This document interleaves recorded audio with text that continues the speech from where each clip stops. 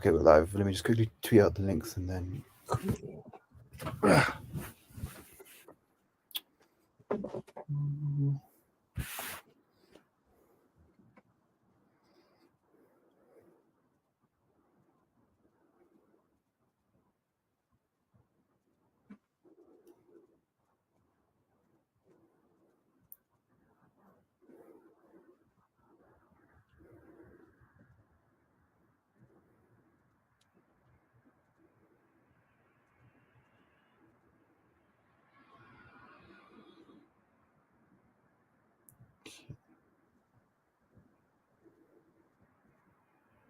Quickly.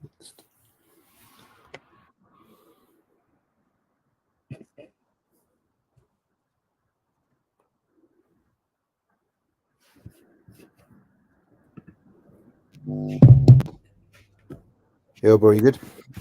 Salam, how you doing, brother? Yeah, I'm good, bro. Chris, how you doing, bro? I'm good, man. I'm good. Not too bad, are you? I'm good. Let's talk some boxing. Yeah, right, let's get this started. Hello and welcome to another episode of Ringside Fracas. I'm your host, Naeem, and today I got the regulars joining me. Chris, how are you, bro? Yo, How's everything? How's your week been? How's the week? I'm all right, man. I'm good. Mostly just been keeping up with the boxing news, rumors, all sorts. So, yeah, just been chilling, really. And we also got Dapo joining us again, regular. How are you, bro? I'm doing well, man. How are you? Good, bro. It's good to have, like, in the last couple of weeks now, we've got regulars, like, you know what I mean, a regular panel and getting that on. Our last episode was really good. The Fury and Ghana, and obviously everyone wants to talk about that. But then I think in the last week, boxing's kind of simmered down a bit, but it's now starting to pick up back up again, especially when coming to the back end of the year. You're starting to get the bigger fights that are coming now, and we've got an action-packed week because there's a lot of cards to get through and the previews to get through. So I'm going to go through them all one by one, and there's the topics that we need to cover with them. So the first card that we've got, it's a bit weird, it's a bit different. We're not used to it. Is Shakur Stevenson fighting De Los Santos on the in Las Vegas. But the different thing about this is usually we're used to it on a Saturday night. This is on a Thursday night because it's Top Rank and ESPN's way of trying to get around the F1 that's happening in Vegas at that time. So they're going to put it on a Thursday night. Shakur, obviously, if you want to know some of the build up to this, Shakur was he came into the lightweight division, fought Yoshino for WBC Eliminator, and everyone thought, well, the Heaney fight was probably next. And that didn't turn out well. Heaney's now obviously moved up to 140, and the WBC have made the 135-pound belt vacant, while Heaney's still a champion in recess. So anytime Heaney wants to come back down to that division, he'll be the champion. He has to fight whoever wins this bout between Shakur and Edwin De Los Santos. Shakur's, So it's like an interim championship then. it's a vacant belt, so Shakur's going to be the title holder. Because I think the most thing everyone's kind of figured is like Heaney, even though he's saying he'll come down, he probably won't come back down to 140. We've seen 135. We've seen him what he looks like now because he's moving up to 140. He looks big and solid, but he doesn't look like he'll come back down and make that weight cut again. So it's most likely that Shakur will be. He's the champion. He'll be the champion if he wins. But yeah, he'll stay as the champion. But it's not the big fight that we want with Shakur. Obviously, we want either Heaney, Tank, Ryan Garcia, one of those names. But Edwin De Los Santos is one of those guys. If you don't know him, you'll think, oh, who is he? But he's one of those guys, like underrated killer, where he hasn't really beaten a big name like that, but he's beaten good names where he's at that level where he could be a real banana peel to slip on if you're not on it 100%. And that's the risk Shakur takes with this. Is he's fighting on a Thursday night. I don't know how many people are going to tune into this, and if he loses, it's really bad for him. Not just losing, obviously, but also the rep that he's built around himself. But what are your guys' thoughts on this fight happening and Shakur in general? I'll come to you first, Chris. Yeah, I mean it's a decent step up from what we've seen him do. I'd say it should be an entertaining fight. It's not like he's fighting a pushover.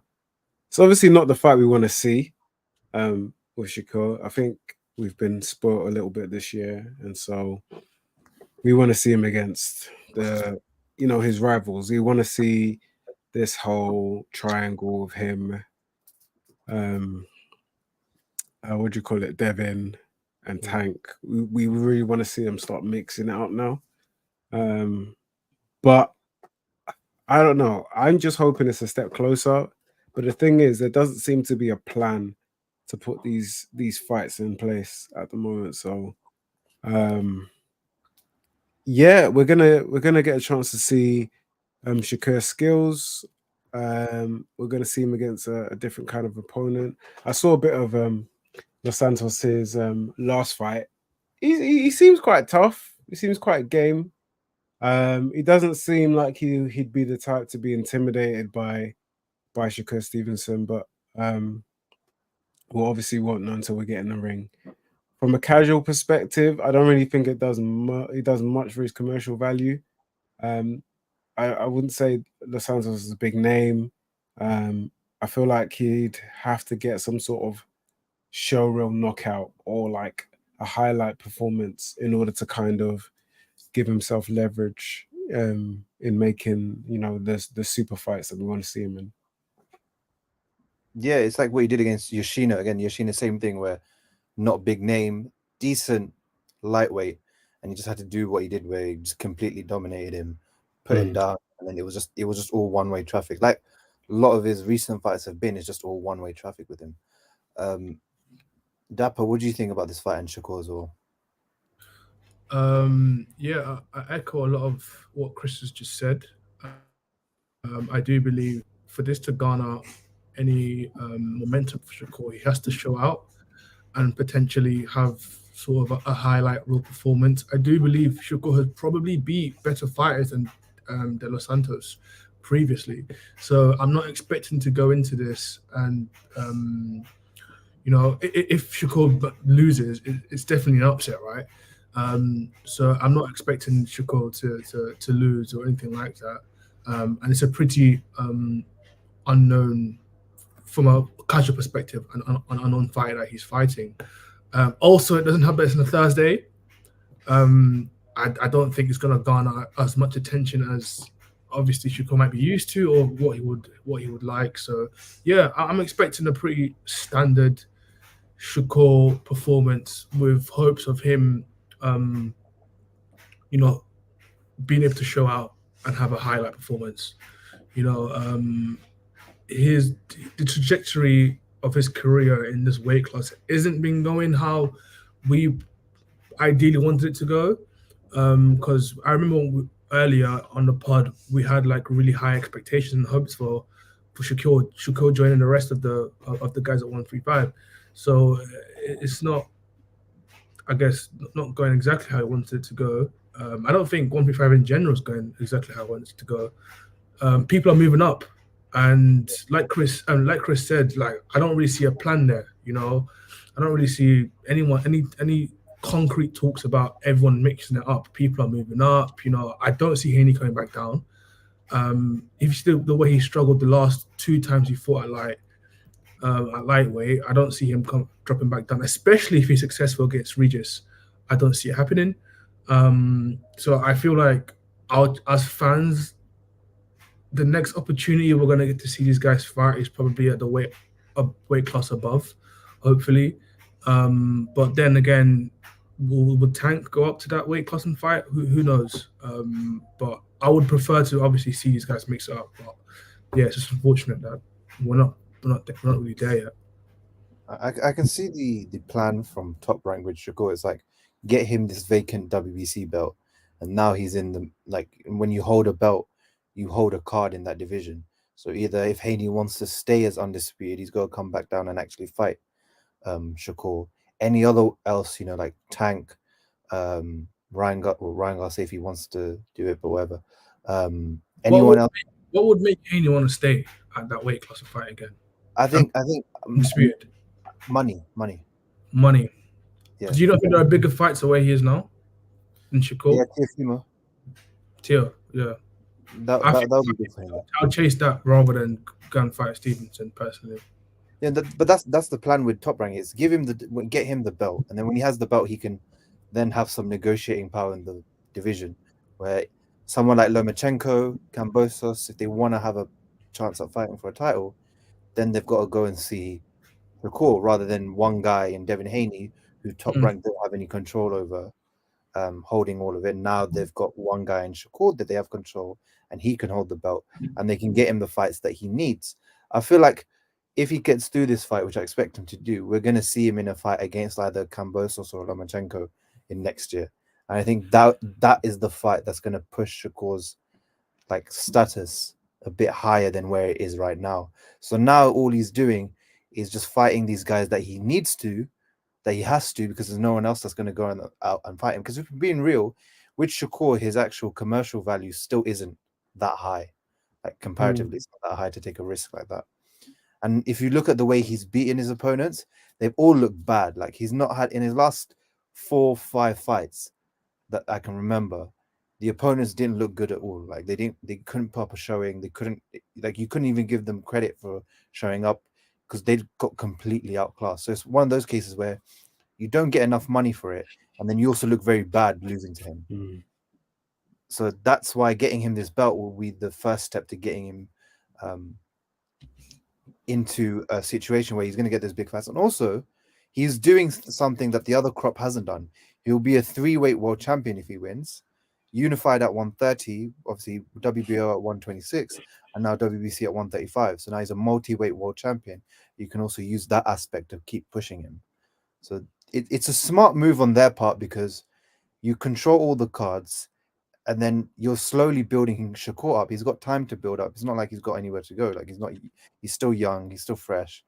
And you can build him into a star so that when you do have these bigger fights against Heaney, Tank, Tio, whatever, Shakur can then have more leverage in those fights. Because right now, if Shakur fights, and for being honest, against Tank, against Heaney, against Tio, he comes off worse in terms of money and value. So if you want to build him up, this is the best way to do it: is get him having a year where he beats a guy like De Los Santos. The next year,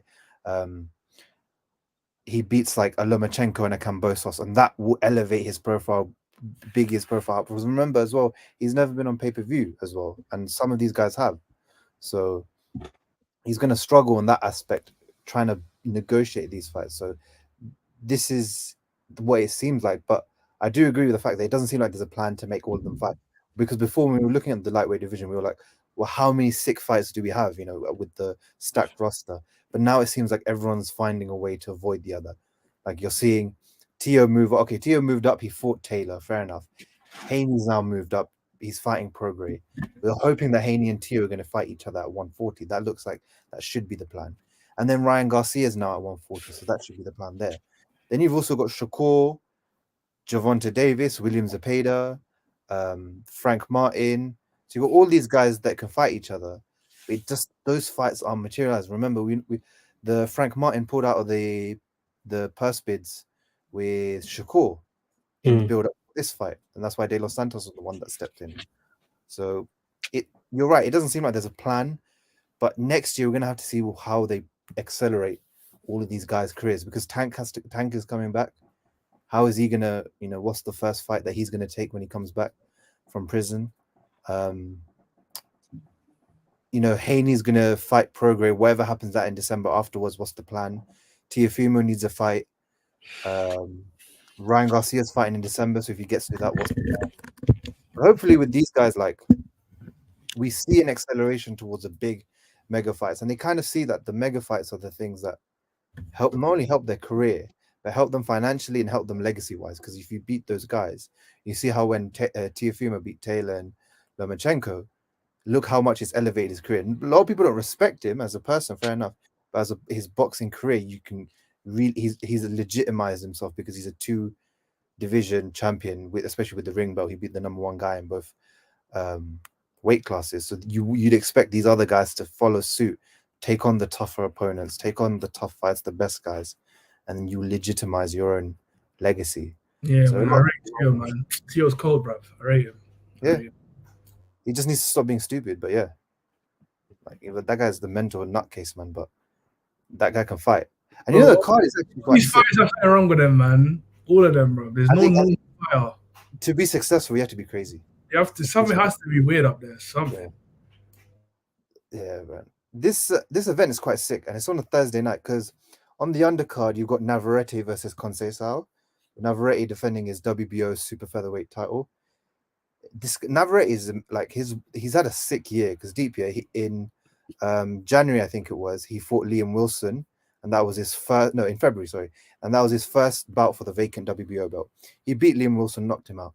Then in August he fought Oscar Valdez, beat the living daylights out of Oscar Valdez over 12 rounds and defended his belt. And now in November, he's fighting Robson Conceição for the third time in this year. So he's fighting for the third time. And those last two names are Shakur's best wins. Valdez and Conceição, some of Shakur's best wins, and he's taking them out. And there's rumors going around that maybe Top Rank might try to push Navarrete versus Shakur, which I don't mind. I think that would be a great fight as well. I think Navarrete is an underrated fighter. It's just he doesn't get the credit he gets from internationally because that guy's a 3-division world champion. He's 38-1. He's beaten Oscar Valdez. He's gonna fight Conceição. He's beaten Joe Gonzalez, beat Christopher Diaz. Like he's a legit problem. And if he goes up and fights Shakur, that's a good fight we could hope to see. So that's a good card to if you do stay up on Thursday night. I know it's going to be quite difficult, especially if you've got work the next day, but it's a good card. And also you've got guys like Abdullah Mason, young 18-year-old, 10-0, like probably the next one up.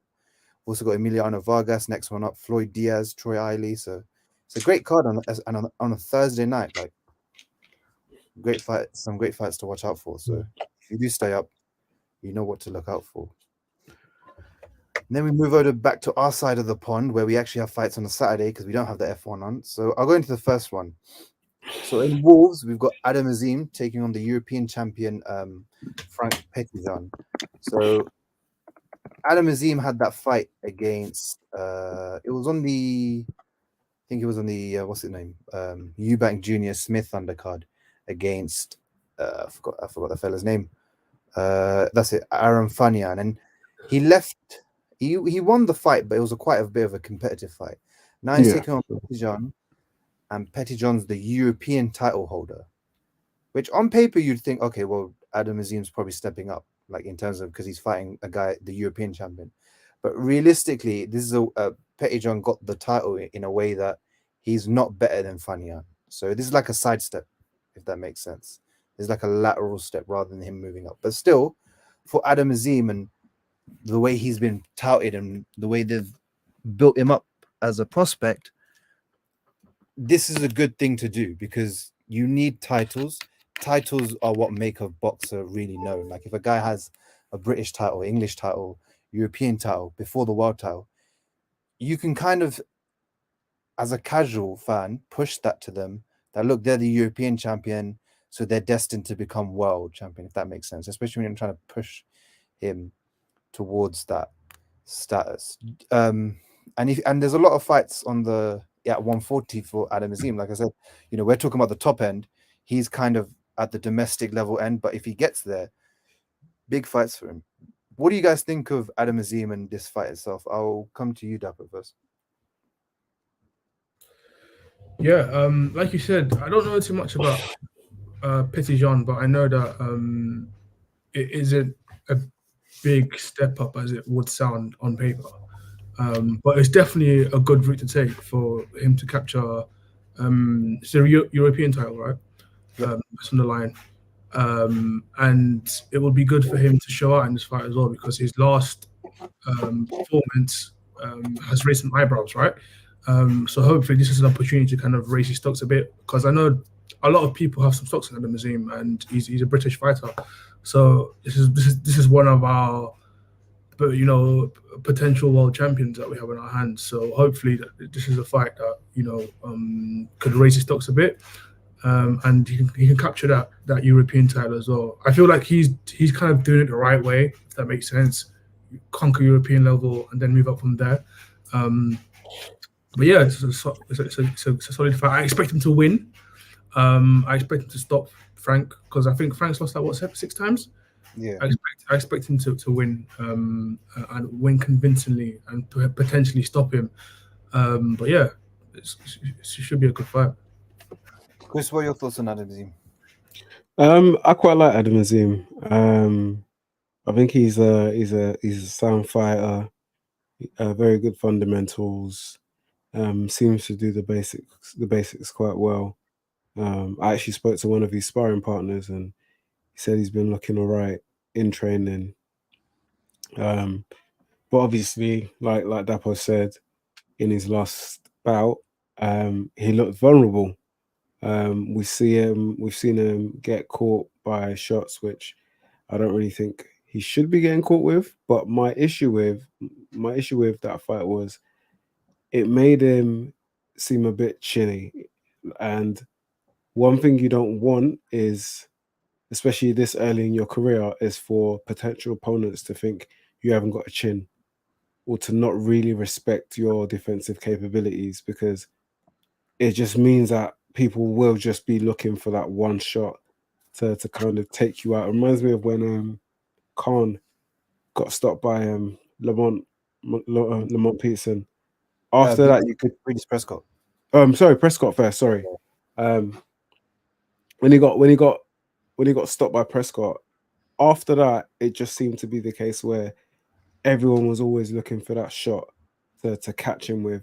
Everyone always found themselves, um, even though he was a really good boxer. Of course, Amir Khan was a seriously talented boxer, but people always found themselves still in the fight, no matter how late it got into a bout. And that's the kind of thing you need to really, really fight against. So he needs to first of all show that he's um, defensively quite sound, and then he's also got to show his opponent that he does pack a punch. He has got power. He has got the ability to push him back. I've not seen Petitjean. I've not actually watched him fight, but the fact that he's been stopped so many times. He's only been stopped once. Oh, sorry. The fight he's been beat so many times. How many fights has he had altogether? 24-6-3. So that's It's not a great record. It's not a great record, if we're being no. honest. And someone of Adam Azim's potential and talent should be able to dispatch at least win comfortably. That's my thing. He hasn't got to stop him. Um, like you said, he's only been stopped once. But he does need to look commanding. He does need to impose himself on his opponent, and he has to be aware of the fact that other fighters in the division are going to be looking at that fight to kind of assess where he's at, how confident he is, his strengths and his weaknesses. And I think it's a great opportunity now before he steps up to show people like, look, yeah, I do have power. You do have to respect my power. You can't just walk in on me.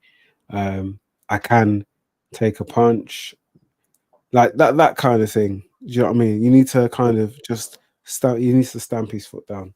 But I wish him all the best. Hopefully, he does. He does come through with a win, and it's comfortable. So Yeah. To your point, yeah. With Petitjean, I'll be real. I don't think he's better than Fanyan. So I don't even think it's a step up. It's either a step, lateral step, that's or it. it's a step down. Yeah. Mm. A side step was a step down because I think Fanyan was tougher than him. But on paper, this is a good fight for Azim because within your 10th fight, you're going to get the European belt if you win. So that's always a good thing. And it's easier to sell. Like I said, a belt is easy to sell to casual fans because they don't understand the kind of mechanics of boxing, nor do they want to. So if you sell the fact that he's the European champion, they'll have some stock in him thinking, well, he's done enough to beat everyone in Europe in their heads. So like he must be good. And you're right. I think he's got to show out in this performance because I feel like he's been engineered in a situation where he's fighting a lower level opponent, but for a high level prize. If he shows out really well here, it gives him the opportunity to build some confidence in himself, and also like Dap was saying, build some momentum and push forward with his career. And you can tell boxers really are riding on him. Like he's headlining this event in Wolves. They really think that he can be a big star. And I think he's got that potential in terms of like he can sell a fight, and his personality, his marketability is there. It's just the performance now, because his last 2 fights have gone to a decision. And while they've been tough opponents, don't get me wrong, they're tough opponents. So it's hard to get finishes. That one of the things that he does, they're going to try to sell him on is the finishes, and he's going to have to provide that from time to time, a highlight reel knockout. And I feel like here's the perfect opportunity for him to get one of those shots. But he can't do what he was doing against Fanyan, where a lot of the times you could tell he was loading up for that one shot and he was expecting it to come rather than flowing and then it comes naturally. Pause. But I think if he does it here, where fights his fight and then you'll just see the knockout will just be there, then he'll be perfect. And he, like you said, take away that doubt that people have in their minds, and that's what this performance is for. So hopefully he does come through, because if we're being real with British boxing, there's not a lot of guys we're looking at right now that we're thinking, wow, you could be something in the sport, just in the general sport. So he's one of them. Ben Whitaker obviously is another one, but he's another issue that we'll discuss later, because when his fight comes around. There's not a lot of prospects out there right now for Britain to look forward to that much. So we hope that he can come through. Nah, man, we got Campbell Hatton, man. Yeah, safe man. We got Moses too, I guess. Yeah, he's true. But the thing with Moses is I don't want him to do the Daniel Dubois route, where they gas him so much, and they give him all these kind of cans, and then they step him up to a level because he's been gassed so hard and he's asking for it. That it's like Daniel Dubois. He goes up to fight a Joyce where he's not fought anyone near that level yet, gets beat, and then all his confidence gone. Again, moves up the level again, jumps the queue and fights Usyk, gets destroyed, and then loses that confidence. I'd rather him go through that way. In hindsight, Dubois managed very interestingly, like, because I do before he lost. Yeah, I remember this conversation so vividly. Before he lost, I remember I had a friend who would message me and say, "This Dubois guy will mash up AJ." He always used to say it like this was the next guy. So the way his career is just kind of, dwindled since fighting Joyce, it's been really, really interesting to watch. Yeah. He didn't get an opportunity to find his weaknesses and then amend them for his next fights. I feel like Frank Warren felt like he had another AJ or something. I don't feel like everyone can go that route. He tried the AJ route. Because if he had come through and he'd beaten Joe Joyce, would have been a star. He would have been a star. Yeah. And if he beat Usyk, which obviously let's be honest, that was never really going to happen. Only God knows where that takes him. Do you know what I mean? I see parallels in their careers, because they were both 18-year-olds who everyone was raving about, but then they both turned to go pro rather than go to the senior amateurs. And I feel like that parallel is going to be there for a lot, because senior amateurs is where you're going to get your experience. That's why I wanted Dubois and Moses to take that route and do it for at least like 2 or 3 years, because you got guys like Amir Khan who went to the Olympics at 17, so they already went down the senior route much quicker than they did, and he's a star because 17 went to the Olympics, got a silver medal, so he didn't need to do much else. But you haven't got that experience of fighting the top guys in the amateur scene, and you're allowed to lose in the amateur scene, if we're being honest, because that's where you're perfecting your craft and that's where you're finding what levels look like when you're you should be losing there. Yeah, and so you're going to come into the pros, and you're going to be given these cans because they want you to build yourself, to get used to the camps, fighting, and the rounds and everything. But that experience of when a higher level guy comes in, it's going to be a real shock to the system, like it was to Daniel Dubois when he fought Joe Joyce. And then the same thing with Usyk. With the Usyk fight, there was a certain point I thought he just didn't know what to do, and as soon as that 9th round came, he just gave up. In there with him, man. I can't lie. Outside of the body shot or whatever, it was night and day, man. Yeah. So I don't want that for Tuma. I want him to build his experience properly. There's so many guys at the domestic level he could fight and he could do a job on. I think by the end of next year, he could definitely fight David Adelaide. Definitely fight him. He could definitely fight David Adelaide. No, I just forgot about that guy. I'm just remembering his last fight. Joke, man. sticking his tongue out his fight getting knocked down. But yeah, Yeah. so that's what I hope. But on the topic of Adam Azim and Frank Petitjean, it's a decent card as well. You've got Matteo Signani fighting Tyler Denny for the European title. There's a guy on there that I wanted to talk about, especially you, Dapper. I want to talk about because he's your guy, Richard Riakpo. This is an interesting situation. So if you guys don't know what happened with Riakpo, I think this was in the summer. He was scheduled for a purse bid against Jaya Patel for the IBF world title. Masterneck pulls out of it because boxer tell him, "You'll pull out of the world. We'll give you the Billum fight. We want this IBF world title." And then Eddie Hearn comes in, signs up Jaya Patel before these purse bids, and then on the day of the purse bids, Riakpo pulls a statement saying, "I'm going to be back. You're going to be hearing very soon from me with other world title news and opportunities." And then I think it was like 2 weeks ago or a week ago, it's announced that he's fighting Dylan Breguion. And if you don't know Dylan Breguion is, he's the former French cruiserweight champion. He fought Isaac Chamberlain this summer as a tune-up and lost completely. So this is obviously another tune-up for Riakpo. What's happened? I mean, the guy was meant to have world title shots, and now he's fighting journeyman for tune-ups. Well, what's going on?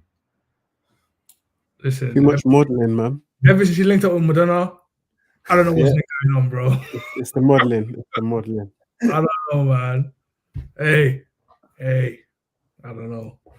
It's just frustrating because it's like, it's odd. It's really odd, and this is not the trajectory we saw his career going through, and it's disappointing as well because, like, you're actually in a decent position to really propel your career. Like, there's some really good fights out there for him.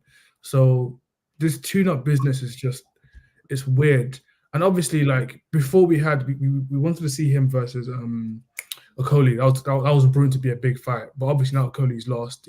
It changes the dynamics of the world title scene a little bit. But he's got opportunities there. Like, he could fight Billum Smith, like you said, or he could try and fight Giant. But I don't know. It just seems like that whole scuffle with Okoli now just seems just useless, does nothing for their fight. Yeah. It was super pointless. And the thing is as well, I'm kind of worried because it looks like he's chosen to. It looks like a duck. From Pattaya. Yeah, I can't lie. Coming off his last couple performances, like, Pattaya looks dangerous, man. He looks really dangerous. So doesn't look, not a good look. It is a duck because you have a world title opportunity right in front of you. You turn that down saying you're going to get another world title shot, but then you're fighting for the tune-up. Now you're fighting a tune-up, and then you're saying, "Oh, it's because in 2024 I'm going to have a shot at Chris Billum Smith." It's definitely. But you had the title shot in your hands. Why would that's a duck? It's a duck, yeah. So that's just frustrating about him is he had the world title shot and he's choosing to not take it so he can fight for the world title next year. He doesn't have any injuries that we know of. Like, there's no injury, anything like that. He fought in January. I thought he was going to have a good year this year because he fought and he beat Glowacki. He beat, a former world champion, Okoli's best win, and he knocked him out as well. And then he didn't build on that, and he's just regressed so much in terms of opponents. And now he's waiting for Chris Billum Smith, which again, that situation is complicated because Riakpo is the mandatory for Chris Billum Smith's WBO belt, but Okoli has the rematch clause. So who knows how that, like, what's going to happen if Chris Billum Smith gets through Masterneck? What's going to happen between them and how that fight's going to go? So in terms of who's going to come first, Okoli or Riakpo? And I don't agree with this where, okay, fair enough, you turn down a Pattaya. If you took on Okoli in December time, I wouldn't have said nothing. Well, yeah, fair enough. That's a good fight, good domestic level fight to watch. But I don't know, man. He just doesn't. He doesn't give a. He doesn't.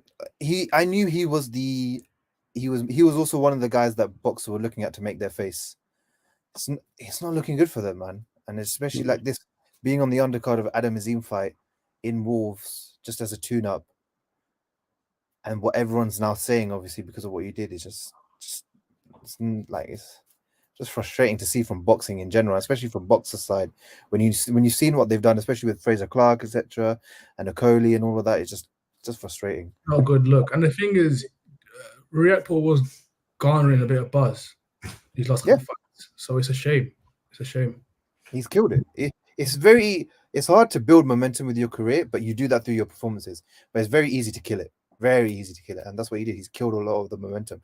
A lot of people won't care if he fights Chris Billum Smith because firstly he's beaten Chris Billum Smith already, and secondly you had the fight with Opataya. We've seen how good Opataya looks. It would have been a perfect opportunity for you to step in there, but he just didn't. Chris, what are your thoughts on Riakpo? He's a model now, man. He's a model. It's a shame because I actually liked Riakpo. I like his whole story. I used to follow him when he was a rapper and then converting over to being a boxer. And when he speaks and with his previous actions, it always seemed like there was a bit of tenacity there. Like he was serious about fighting the best and he believed he was one of the best. But what we've seen obviously is a textbook doc of Jai Pataya. Like there's no two ways around it. There's no beating around the bush. They didn't even try to make it somewhat convincing. Do you know what I mean? If they Yeah, said injury, if they said whatever they'd said, but he literally just said they were gonna find new avenues to or another opportunity to have a title fight in the future, which makes no sense. Makes no sense. Um, he could have gone the honest route and said he didn't feel he was ready. He needed a tune up, whatnot. I don't know. But it just looks bad. It just looks bad. I didn't think he won the fight anyway, even at his best. But yeah, it's a bit disheartening to see that in such a, let's be honest, a poor division, where we're still getting people not wanting to fight each other. And I don't know. I don't know where this leaves that division. I have no interest in seeing this fight at all whatsoever. It doesn't really show anything. Someone who was what he was beaten by what's his face, wasn't he? Chamberlain in the Yeah, summer. Chamberlain. How long ago was that fight? In the summer, it was Oh yeah, it's what's his name? It was the guy is fighting Bregyon. It's Bregion's last fight, I think. it's just And then embarrassing. just win like the English Championship or something, or like Was it? Europe or something. Chamberlain, like he's still fighting at that domestic level. But Chamberlain's fought a better opponent in Mikel Lawal at least. Like it's Yeah. not Chamberlain used Yeah. Bregyon as the step to because Oh, obviously wow. the Chamberlain Lawal fight was marred in injuries and everything. It was meant to happen like quite a while ago, and it happened recently because of the injuries and stuff. So obviously Chamberlain has had a tune-up in between with Bregyon. So Chamberlain used this guy as a tune-up, and now Riakpo's also using him as a tune-up. But at least with Chamberlain, it makes sense because you had a fight that was scheduled, and that's been delayed because of injuries. There's nothing you can do about it. You need to stay active. There's nothing we react for. He just went from January to November fighting nobody, and now he just needs a tune-up for some reason. Like, it's just I dumb. think, yeah, I think Scalea is just trying to navigate his way to Billum Smith because Billum Smith is obviously very, very beatable. Maybe give himself leverage and then take a big fight and take the big risk against Opataya for Yeah. unification. And yeah, I mean that would be it essentially. It just goes to show he doesn't really have much confidence in his ability to fight him right now. From a financial perspective, I understand, but regardless of whether it's financial or not, a duck is a duck at the end of the day. We've seen the same thing. We called out the same thing with Tyson Fury. It's essentially all the same thing. Yeah. The funniest thing is he might be waiting for Christopher Smith, But Smith is fighting Masterneck. Masternek's actually quite like experienced and decent, and he has the opportunity here now in December. He beats Bill and Smith. It throws a lot of boxers' plans in the mud for what's going to happen next year. So you can wait for him. Some guy can just take your thunder, and then that's it. And it doesn't look as exciting as it was before. So and also we always get on to Buatsi about his age. Riakpo's 33 and he hasn't fought for a world title yet. Like he's not young. For cruiserweight, fair enough. You don't have to be that young, obviously. Like, but still, like he's been fighting for so long. He's had like I think 16 bouts. Still hasn't fought for a world title, and obviously what he done this year was even worse, considering the fact that he beat William Smith and he's beaten Tony McCarthy when he did, which was such a big thing. And then he took that gap in his career for like, what was it, 2 years? And then Boxer made him come back. He had this run, and then again now he's just doing that thing where not really progressing with his career when he's on the cusp of a world title shot. Just frustrating to see. But speaking of guys that aren't frustrating to see, then we've also got on the other side of the UK, Frank Warren put on a big, spectacular card. And in terms of big, I mean, the fights are quite good. All of these fights on this card are quite good. But the fight we're going to focus on for now is friend of the show, Denzel Bentley, defending his British title against Nathan Heaney.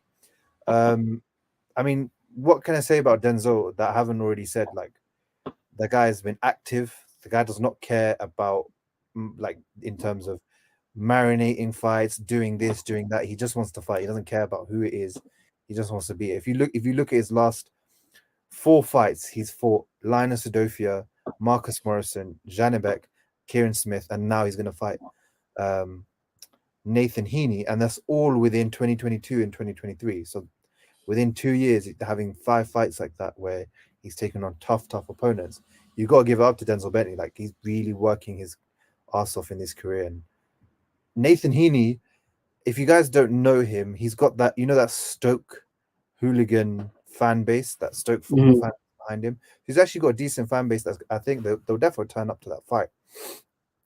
But I don't think level-wise, I don't think Nathan Heaney's near Bentley. I think Bentley's much better, and he's fought tough opposition at domestic level better than Heaney. So I expect Bentley to win this fight. And I feel like if he gets a good knockout here, this will do wonders for his career, where I think Frank will probably push him to have a world level middleweight fight, or maybe even try to push him towards a title fight. But there's a lot on the stake for Bentley here. But I feel like obviously he's faced Janibek, he's faced Linus Udofia, he's faced Marcus Morrison. So there's not something where he's out of his, like, he's fighting an opponent that's very, much better than what he's already fought. But he's fighting another unbeaten. He's fighting an unbeaten contender, and if he wins here, it'll do real well, especially for his profile. What do you think of this fight, Chris, between Bentley and Heaney? I like Bentley, man. I think he always turns up. I haven't seen much of Heaney. I saw a little trailer montage for the two of them the other day, and I don't know. I don't really see anything. I don't really know what his particular strengths are. Bentley to me has always been sound. Has always been game. Has always been tough. He's had a lot of good fights, and I think he's seen a wide range of different fighters. I don't know. For me personally, I think Bentley probably gets a comfy UD from what I've seen. I'm not sure what Heaney offers that is really much of a threat to Denzel Bentley, in my personal opinion, anyway. Yeah, I agree. With Heaney, I think it's more, he's one of those guys, you know how they have that fan base, they can sell tickets, so he's got that marketability about him. But in terms of ceiling, he probably doesn't get anywhere beyond domestic. But with Bentley, where are they fighting? Manchester Arena. Okay. So them Stoke man are gonna be up there. Yeah, they'll be there for sure. It'll sell a lot of tickets. Yeah. This is perfect for Bentley because it's one of those fights where you're not getting the big fights in the names. His division's quite dead. if we're being honest. Like middleweight in terms of names and what's going on there is quite dead. But the big fight for Bentley is obviously Hamza Shiraz. He's not getting that fight, but Heaney's good in terms of you can sell if he sells tickets for you, and he's not really a step up in terms of what you've seen. Then it's a good opportunity for you, especially if you knock him out. You can turn some of his fans into your supporters, and you can also take the momentum that he's built through his career. But Heaney doesn't hit hard. He's like, I think he's got like 6 knockouts out of 17, so he's not really a hard puncher. Bloody hell, that's poor. And Denzel's coming off a first round knockout against Kieran Smith. I mean, that knockout he did against Kieran was insane. Like, I didn't expect him to hit him that hard, where it was literally a one punch knockout, but that's all it needed. And him stopping Marcus Morrison also helps the fact that he's been in these domestic level bouts and he's really finding himself in these fights. Like, he's really coming through. So it's like, it will be interesting to see how he performs this Saturday. But I do expect him to show out again. Dapper, what do you think about Bentley and Heaney? Yeah, I echo you guys. I really do hope and wish the best for Bentley, because he's a friend of the show, and I like boxers like that. That just obviously it might not be the best from a managerial perspective, but I like the fact that he's experienced now. He's experienced loss. He's been in there with the best to offer in that division. He's lost a big domestic scuffle with Felix Cash. You know, he's had the downs of boxing, and he's won as well. So I like those kind of fighters. And yeah, I hope this propels him to do bigger things in the sport. Because like you guys have said, we're not really expecting much from Nathan Heaney. And I do hope he gets a show-up performance against him and can build from there, because I do want to see him in big fights again. I want to see him run it back. He's not scared of no one. He's not scared of anyone, win, lose, or draw. So yeah. And the thing about the Felix Cash fight, since then he's done more than the winner, Felix Cash. Like, Felix really hasn't done much with his career since beating Bentley. Bentley went and got his title back, and then he went and fought for a world title, which is crazy, because Bentley's probably getting better. So if they fought again, who knows? Yes, that could be there for him as well. But I feel like for Bentley, it's like, once you beat this guy, it's enough with the domestics. Time to like try to go for a world level.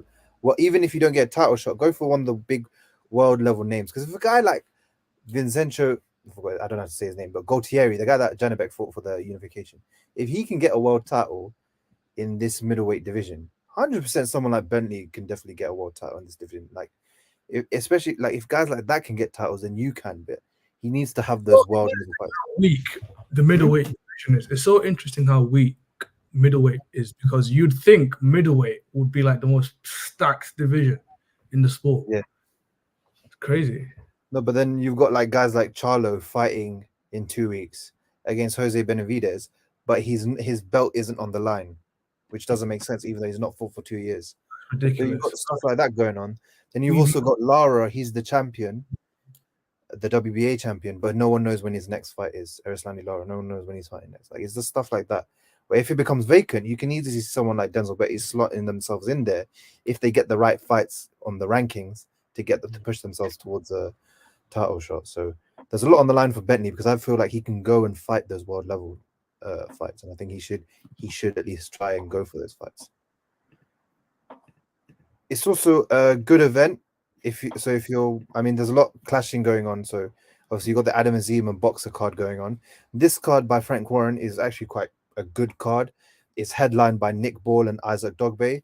I mean, Nick Ball, the guy's a little tank monster puncher, but that guy hits so hard, and I feel like this is the perfect fight for him at featherweight to show if his power really does translate to the higher levels of that division. Yeah, I know. I remember that guy. He fought on the the Fury white card, didn't he? He beat up Fury's cousin. He flogged Fury's cousin Isaac Lowe. Yeah, I love it. So he's headlining that card, and he's one to watch out for, because 11 knockouts, 18 fights. Unfortunately, in his last fight he had, the guy was taken to hospital. I mean, that's how hard he hits. I also thought it was because of his corner as well, not pulling him down. He's had 1, 2, 3, 4, 5. He's on a 5-fight knockout streak. So he's obviously going to want to keep that going. Dogbay is probably as tough as they come. His only 3 losses have come to world champions. 2 of them come to Navarrete, who I've mentioned, and the other one to Robisi Ramirez. So Dogbay only loses to elite competition, and he really makes it tough for them to win. So it's a really good main event to watch for. You've also got Eko Essuman fighting Harry Scarf. He's defending the British title, the Commonwealth title, and the IBF European title. So watch out for Eko Essuman. Nathaniel Collins, he's a really good fighter, good puncher. He's going to come through, especially I think at featherweight as well, from the domestic scene. You've also got Solomon Dakres, heavyweight, that recently moved from Matchroom to Queensbury, so he's making his Queensbury debut on there. You've also got Liam Davis defending his European super bantamweight title on there, so that's going to be good. That's like it's one of those cards where domestically it's stacked. Like you've got really good fights, good names on there. They're gonna try to show out. So that should be a good card to watch. So I'm gonna try to have both on at the same time so I can watch it. That's gonna be interesting to see. Yeah, that's it in terms of the previews for the fights. 3 fights cards to look at. There's also another fight Matchroom are doing with Diego Pacheco. You guys heard of Diego Pacheco? Super middleweight on Matchroom. No. Young guy. He knocked out Jack Cullen, who holds the British title now. When did he knock him out? Okay. And Yeah, how's he looking? How does he look as a fighter? Is he? He's 22 years old and he's 19-0, 16 knockouts. And his last fights I've been seeing, he's one of those guys. He's young, but he's building towards. He looks good. He looks the goods. And his next fight against he's fighting, Marcelo Esteban Caceres, the guy that gave Billy Joe Saunders a tough time on the Logan Paul undercard. I remember that, yeah. And then he beat Berlanga, but then they gave Berlanga the win on the Fury Wilder undercard. So that's a good step up for Pacheco, and he's 22 years old. So at super middleweight, they're looking at him as the next guy to step up. And, so he's one to watch out for as well in the night. It's like I said, it slowed down, but we're starting to pick back up with boxing again as we come to the next the end of the year, because next week we're gonna have to talk about preview Benavidez Andrade. I mean, what a fight that's gonna be. What weekend is that? When's the fight date? That'll be the 25th. 25th. Okay. And then December 2nd, O'Hara Davis making his I think it's interim. He's going for the interim title against Barroso on the Ryan Garcia undercard. And then December 9th, you've also got Heaney Prograis. So we're getting now big fights. Yeah, we're picking up. Yeah. So there's a lot to watch out for. So keep tuned because we're going to preview everything and talk about everything, also react to everything that's happening. Please give us 5 stars on Spotify if you're listening, and our podcast if you're watching on YouTube. Like, subscribe, comment, all that good stuff. And we'll see you next week for the next stream. See you. Brilliant. Peace. Peace.